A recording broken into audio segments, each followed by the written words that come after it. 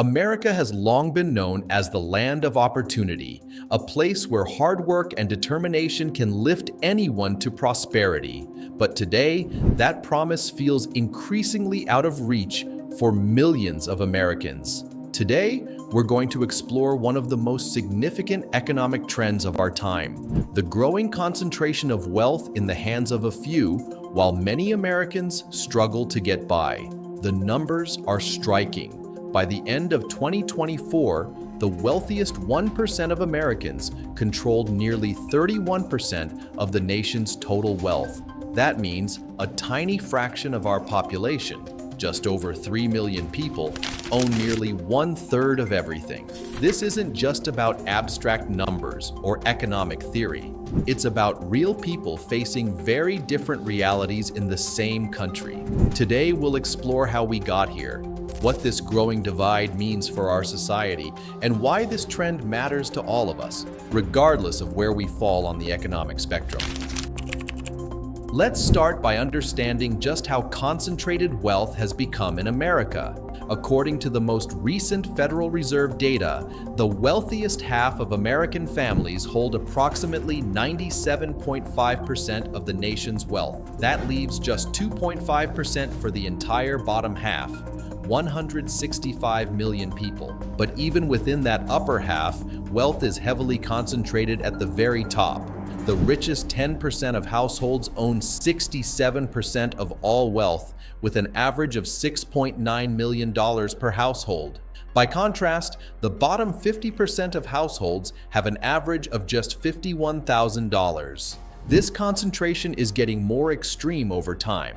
In 1989, the top 1% held about 23% of America's wealth. By 2024, that figure had grown to nearly 31%, an increase of 8 percentage points. During the same period, the bottom 50% saw their already small shrink from 3.5% to 2.8%. The concentration is even more dramatic at the very top. The richest 0.1%, that's just 1 in every 1,000 Americans, or about 133,000 households, now control nearly 14% of all wealth, double their share from 1989. Federal Reserve data shows that this tiny group owns about 25% of all U.S. equities, a quarter of the entire stock market. So what exactly do we mean by wealth? Unlike income, which is what you earn from your job or investments in a given year, wealth is the total value of everything you own minus your debts. This includes your home, savings, investments, businesses, cars, and other assets. Wealth isn't just about having nice things. It provides security during hard times, opportunities for education and advancement, the ability to take entrepreneurial risks, and the means to help future generations get ahead.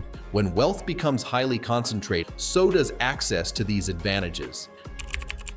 How did we reach this point of such dramatic inequality? The story begins decades ago, with shifts in our economy that have gradually transformed how wealth is created and distributed. One major factor is the growing gap between productivity and wages. Since 1979, productivity in America has increased by nearly 62%, according to the Economic Policy Institute, meaning workers are producing far more value per hour than they used to. But hourly pay has only increased by about 17.5% over that same period. This divergence represents a fundamental shift in how economic gains are distributed in our society. So where did the value from all that increased productivity go? Much of it went to corporate profits and to those who own capital, stocks, real estate, and businesses. This shift has benefited those who already had wealth to invest, while those who primarily rely on wages have fallen behind. This leads to another key factor: the role of investment returns. The wealthy can put a much larger portion of their assets into investments that grow over time. When the stock market performs well, as it generally has over recent decades, this accelerates wealth concentration. Inheritance also plays a crucial role. Wealth accumulated by one generation is passed down to the next, giving some Americans a substantial head start. This intergenerational transfer of wealth helps entrench economic advantages over time. When someone inherits money for college, a home down payment, or startup capital for a business, they gain advantages that compound throughout their lifetime. Other factors documented in economic research have contributed as well. Globalization shifting the nature of jobs, technological change automating certain roles, the decline of labor unions that once advocated for workers, the eroding value of the minimum wage, and tax policies that have often favored investment income over wages. Together, these forces have transformed our economy into one where wealth increasingly flows toward those who already have it, as shown in Congressional Budget Office data tracking the shifting distributions from 1989 to today.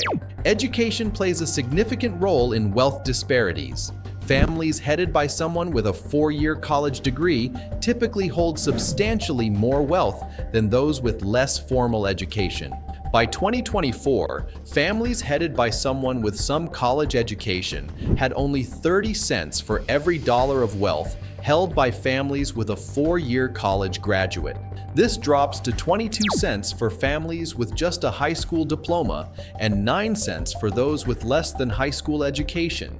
But education alone doesn't erase these disparities. Even among individuals with bachelor's degrees, significant racial wealth gaps persist.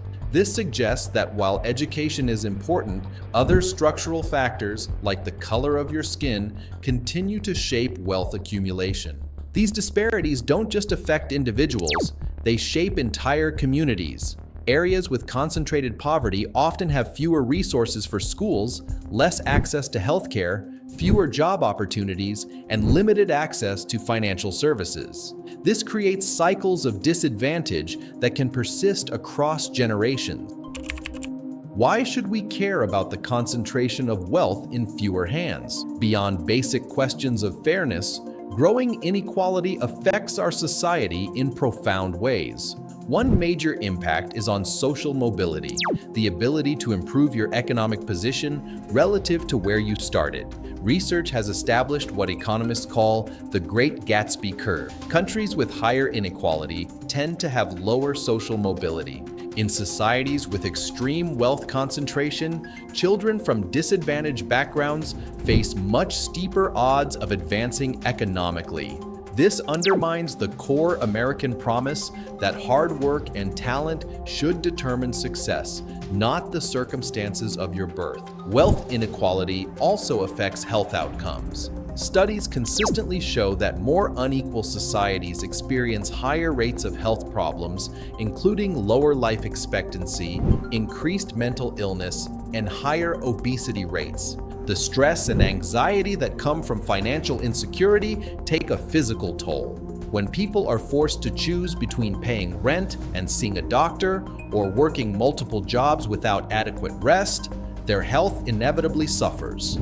High inequality can also threaten political stability. When wealth becomes extremely concentrated, political power often follows.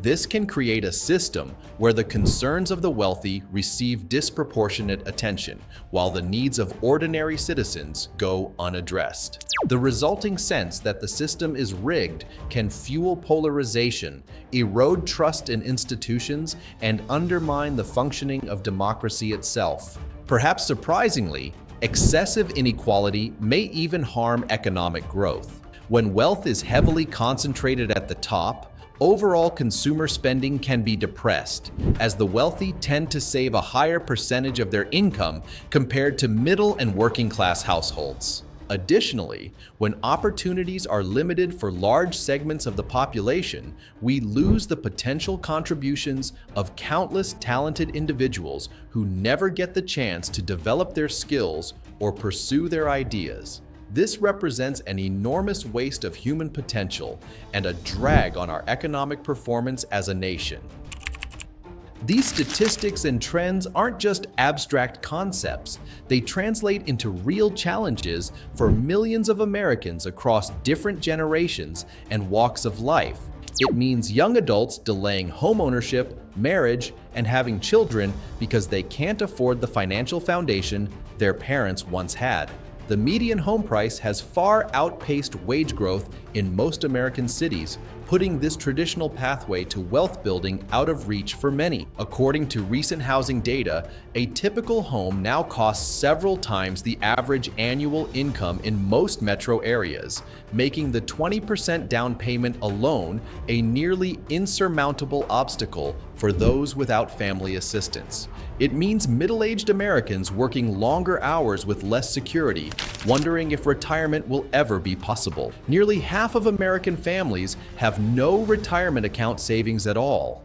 Among those who do save, the median account balance is far below what experts recommend for a secure retirement. The disappearance of pension plans and the shift to individual retirement accounts has transferred risk from employers to workers, leaving many vulnerable to market fluctuations and economic downturns. It means parents making impossible choices between paying for childcare, saving for college, or putting money aside for their own future.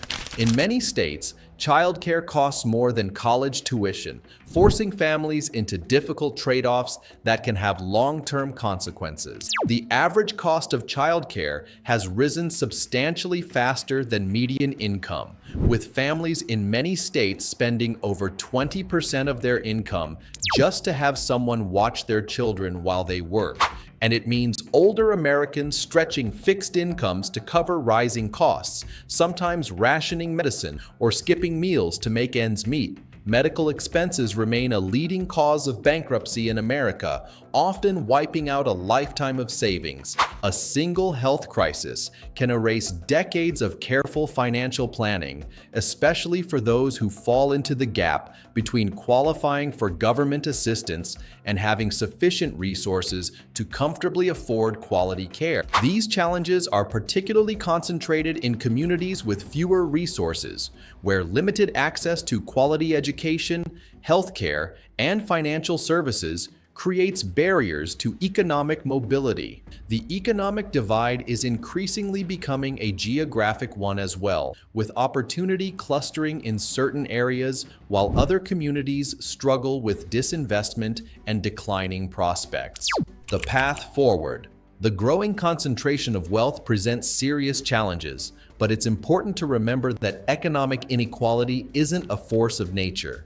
It's the result of policy choices, business practices, and social structures that can be changed. Across the country, communities are exploring solutions. Some focus on expanding access to education and training, recognizing that skills development remains an important pathway to economic opportunity. Others are working to increase financial literacy and access to banking services in underserved communities. Businesses are experimenting with models that share prosperity more broadly, from employee to profit-sharing arrangements. These approaches recognize that workers who share in a company's success tend to be more productive and committed. At the policy level, debates continue about approaches ranging from tax reform to minimum wage increases, affordable housing initiatives, healthcare access, and stronger protections for workers. While there are legitimate disagreements about the best solutions, the conversation is increasingly focused on how to create an economy that works for everyone. The concentration of wealth in America has reached levels not seen since before the Great Depression. The data clearly shows that a small minority now controls an outsized share of our nation's resources, while many Americans struggle to achieve basic financial security. These trends raise fundamental questions about what kind of society we want to be. Do we want to be a country where opportunity is broadly shared, or one where advantages are increasingly concentrated? Do we want an economy that works primarily for the few, or one that enables prosperity for the many? These aren't just economic questions. They're questions about our values and our future. The answers will shape not only our individual financial prospects, but the kind of country we leave to future generations. While the challenges are significant, history shows that Americans have faced and overcome economic disparities before. By understanding the reality of wealth concentration and its consequences, we can begin to have more informed conversations about how to build an economy that truly reflects our ideals of opportunity, fairness, and shared prosperity. Thank you for joining me in exploring this critical issue. I hope this information helps you better understand the economic forces shaping our society and inspires you to be part of the conversation about our shared economic future. If you found this video informative, please like, subscribe, and share it with others. And let me know in the comments, what do you think about income equality? Do you see it as a serious problem? See you in the next video.